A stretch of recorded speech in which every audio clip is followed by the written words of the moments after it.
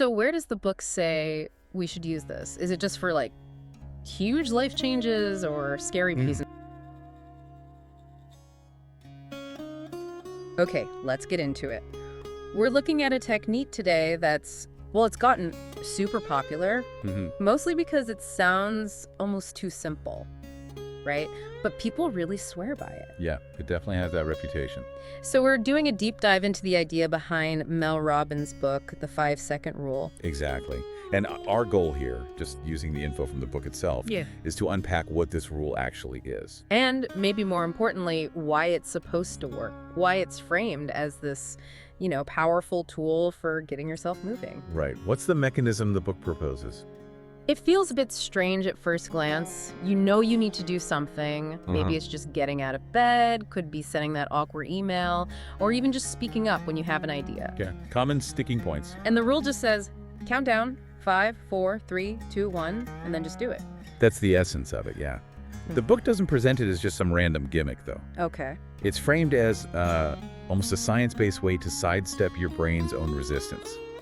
It targets a really specific moment in time. That moment, right after you get the idea or the impulse to act, before you talk yourself out of it. Precisely. The source material explains that when you have that urge, act on a goal, say something, whatever your brain gives you, this tiny window. How tiny? Like maybe 5 seconds.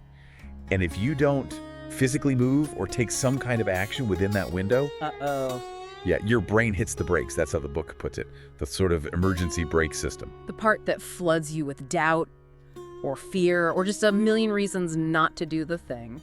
Exactly that. The book describes it as your mind defaulting to autopilot, maybe getting stuck in a hesitation loop. Ah, okay. It wants comfort. It wants to stay put. It wants to overthink. It's protective, sure, but it often stops positive action. So the countdown, 5, 4, 3, 2, 1, that's the interruption. That's how you break that pattern. That's the core concept the book pushes. It's presented as this active physical thing, almost like a mini meditation focused on action.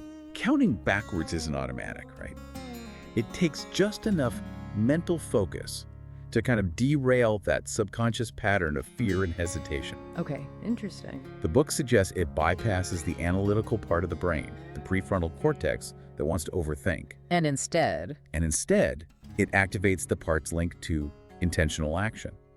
You're basically using one simple thought task to force a bridge between thinking and doing. Okay, that makes a bit more sense. You're giving your brain something immediate and concrete to do, pulling it out of that default stall mode. Yeah, you got it. So where does the book say we should use this? Is it just for huge life changes or scary presentations? Oh, not at all. Actually, the source really emphasizes how universal it's supposed to be. Think about your alarm clock in the morning. Right, always a battle. You know you should get up, but give it 5 seconds, and suddenly the bed feels amazing. You're so tired. Yep, familiar feeling. Counting 5, 4, 3, 2, 1, and physically moving, like swinging your legs out of bed, interrupts that specific hesitation loop. Okay. Or you have an idea in a meeting. Perfect example. You hesitate. You wonder if it's dumb. You worry what people think. The idea is count down, 5, 4, 3, 2, 1. Open your mouth before that self-doubt wins. Or starting some task you really dread. You think, ooh, I should work on that report, and instantly feel overwhelmed. That too. The book gives tons of examples. Yeah. Starting exercise, making that call you've been putting off, saying no to something. Even small things, like deciding to smile at someone. It's about acting on those tiny everyday impulses towards something positive, the ones we usually just let fizzle out because we hesitate. And the source connects this to something bigger, doesn't it? Not just getting stuff done. It does, yeah. It talks about building everyday courage. That's the phrase used. Everyday courage. The idea is each time you use the rule, push past that moment of hesitation, take that small action. You're building a little bit of confidence. Like a muscle, sort of. You're proving to yourself, hey, I can control this. I can go from wanting to do it to actually doing it.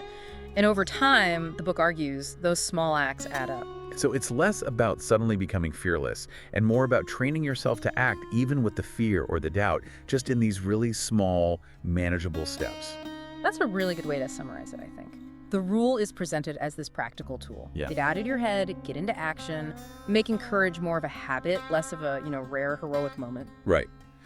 Okay, so wrapping this up, the main takeaway from our dive into this source material seems to be this. The power isn't in some deep psychological shift, not initially anyway. It's about a physical trigger, that simple 5, 4, 3, 2, 1 count. Yeah. Used right at that critical moment to basically short-circuit hesitation. Yeah, to interrupt it and kickstart the brain's action center. It's about overriding that urge to wait or think more or back down. And instead just pushing yourself into doing the thing. It sounds almost deceptively simple, but the book really hammers home that consistency is where the change happens. Okay. And for you, listening in, here's a thought to chew on, based purely on this material.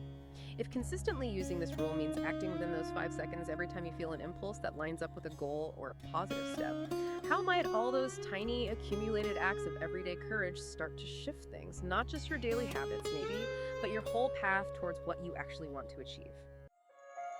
Grab the 5-Second Rule by Mel Robbins, now on sale for $16.95. Don't miss this chance to build good habit and achieve remarkable results. Buy now, today.